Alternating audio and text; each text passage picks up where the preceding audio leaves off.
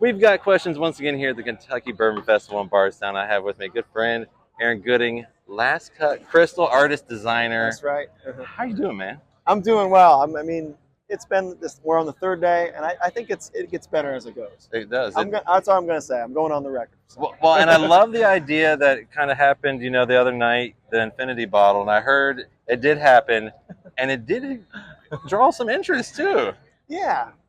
Just going around, just getting some collaboration with some of the companies, and just having that, filling up that decanter. I was gonna say, I mean, Yeah. when you're building stuff like this, how much fun is it for you to be making these designs and coming up with these designs? It's a blast. So it's kind of like one of those things. It's a bit of a creative outlet, So there's the situation where, you have something pop into your head. You want to make it happen, and I'm really lucky that I can make it happen. Right? Yeah. I have the tools to be able to do that.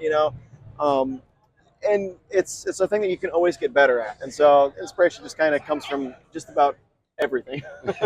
Now here's the hard question: how did you get into doing this kind of stuff? Because not everyone does it, and it's not easy work. No, that's an interesting question. So it kind of starts. So I used to be an electrician, and kind of turned into a situation where I was working in a maintenance facility, just doing that sort of work.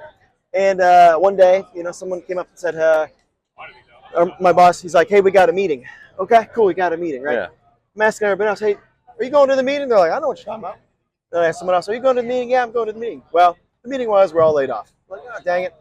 Well, it's a kind of an interesting situation. The owner of the place that I worked at had bought like an abandoned glass factory. And I wouldn't say it was abandoned, but it was changing hands, and he wanted to resurrect it. And I was already doing some work for them, for that company, and they said, "Well, shoot, like financially speaking, we had to lay you off, but actually, no, we still need you to work here." So it was a funny transition to where I was, had to, for a little bit of time, like work for them, and they eventually said, "Hey, will you work for us, like doing the glass stuff?" And I had a terrific mentor. He was a glass cutter for 30 years. And that's how I got into it. And then since then, I've gotten more into the bourbon side, gone out on my own. And that's kind of how it happened. So a little bit of a long story, but kind of an interesting one. Well, I love that. And for you, like, when I say this is hard work because one of your pieces could take 4 or 5, 6 or longer, right? Yeah, absolutely. Yeah, no. So, like for instance, some of those decanters over there, we're talking 10 hours, 12 hours, 16 hours.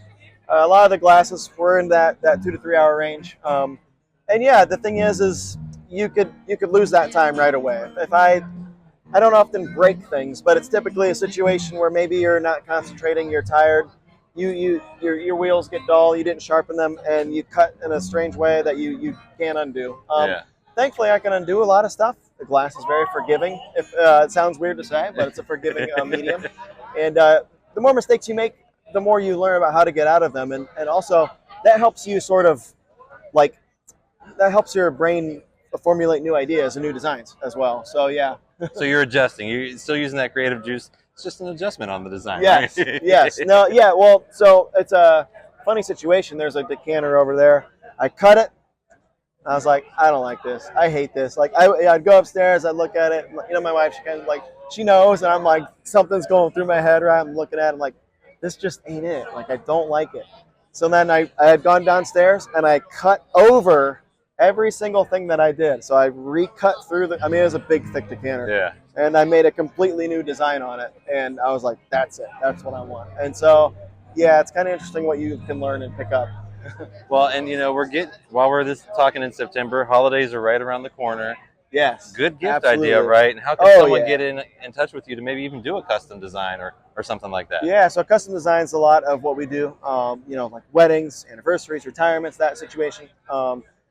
Definitely a wonderful, unique gift idea. Yeah. So I always tell people, like, once you find us, like, hey, like, you have a unique gift idea forever, because we have a good spread, a good price spread as well. So we're on Etsy. We have our own website, www.lastcutcrystal.com.